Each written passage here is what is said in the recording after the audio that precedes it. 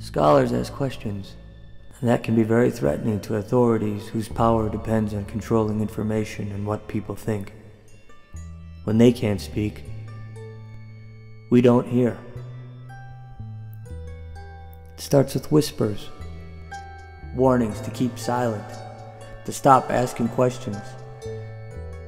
When they're censored, we are censored. For those brave enough to keep going, the risks grow. Every year, thousands of educators worldwide are harassed, censored, imprisoned, even tortured and killed for their teaching. When they're at risk, we are at risk. Scholars at Risk gets educators out of danger and back into the classroom. You can help. Help Scholars at Risk.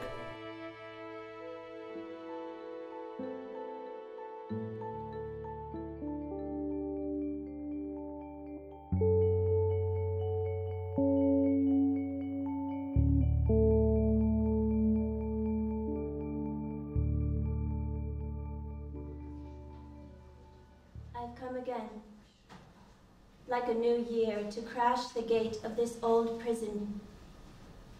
I've come again, to break the teeth and claws of this man-eating monster we call life. I've come again, to puncture the glory of the cosmos who mercilessly destroys humans. I am the falcon hunting down the birds of black omen before their flights. I gave my word at the outset to give my life with no qualms.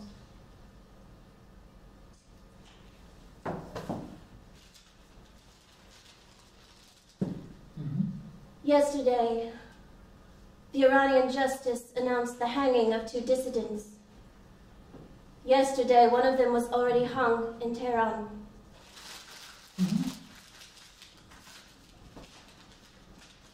A list of explosions that have killed Iranian scientists and damaged nuclear installations over the last 2 years.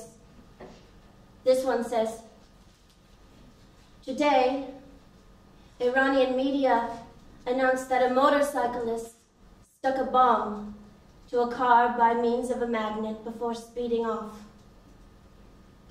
The explosion killed the driver, a 32-year-old nuclear scientist.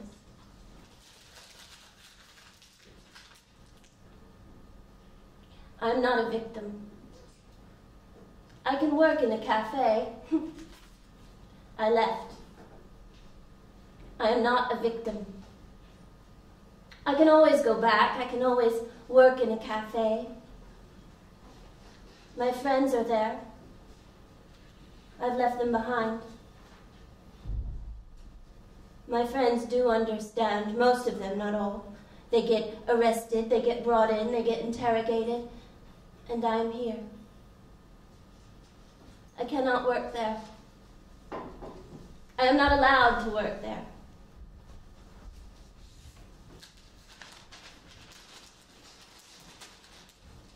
In Iran, demonstrations have broken out in order to restore democracy and popular sovereignty.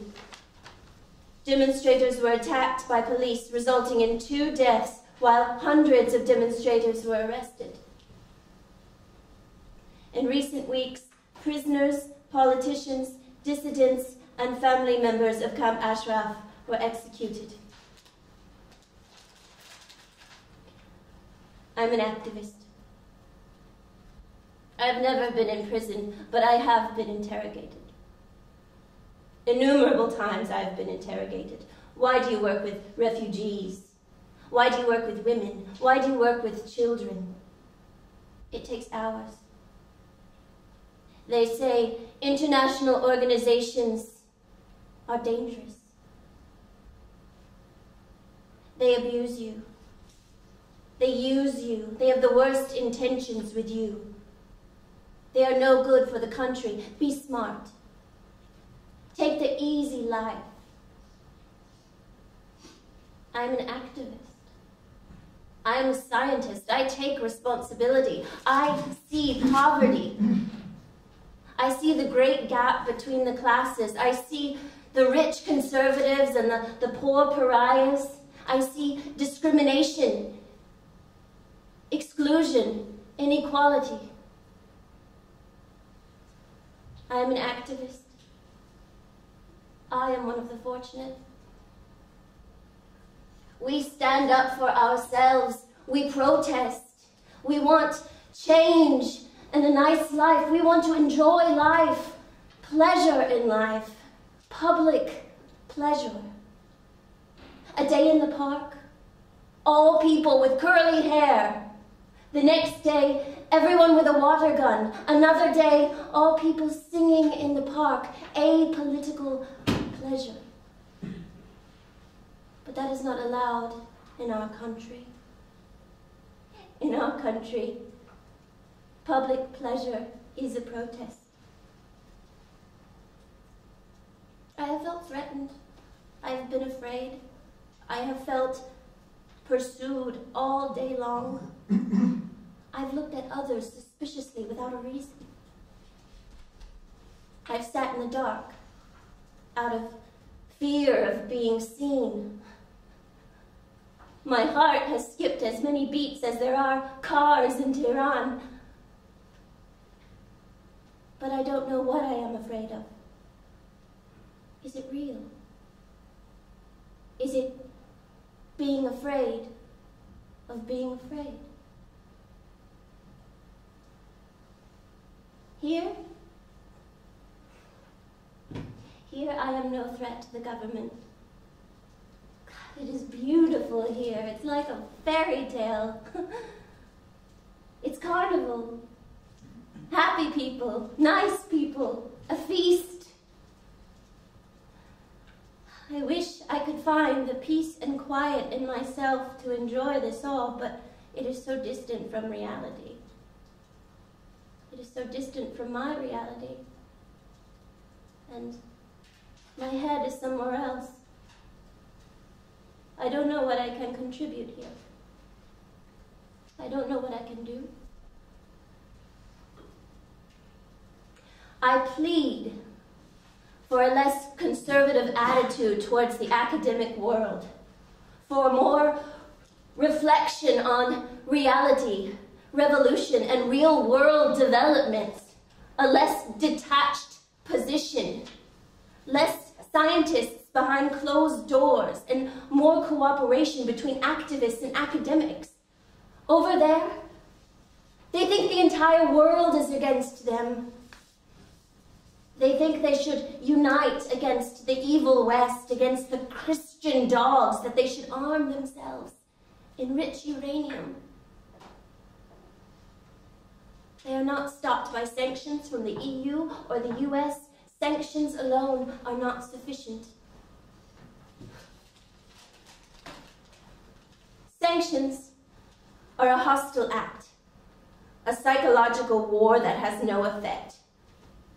This has been going on for about 30 years, says a spokesperson from the Department of Foreign Affairs.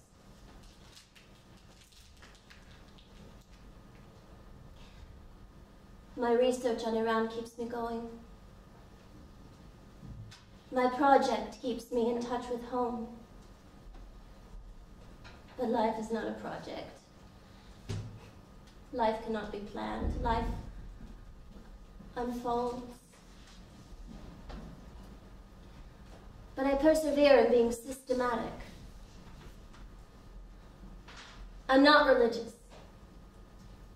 Too many wars have arisen from religion. I mean, for sure there is something like a higher power, and I put my trust in that.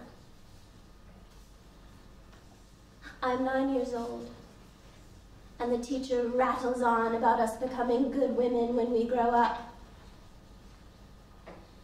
And mothers, about headscarves and taking care of the household, our men and our sons. But my papa says that I shouldn't bother with any of that. That I should be myself.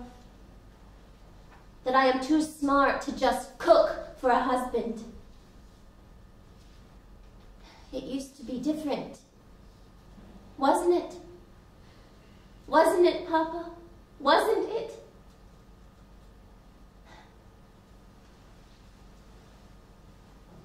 You taught me to be myself. To stand up for myself as a girl, as a woman, and to let no one bully me. And to always be there for others. And that is what I do, and that is what I have always done. As good and as bad as it goes, but sometimes it only seems to go badly. I am so far away. I am so alone. How can I do well? Papa, tell me, how can I do well?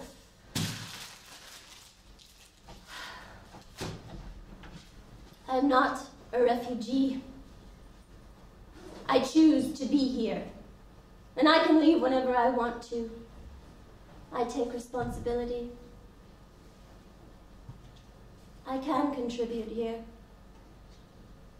I follow what happens over there, and I'm with them, with my friends, with my family.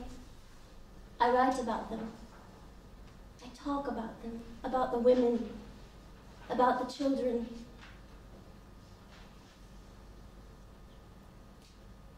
I hope one day I can finally return and be meaningful to my country.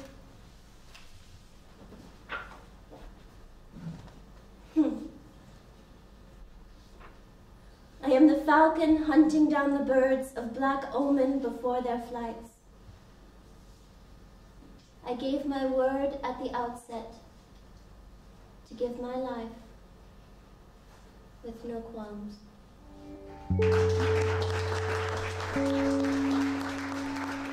Thank you.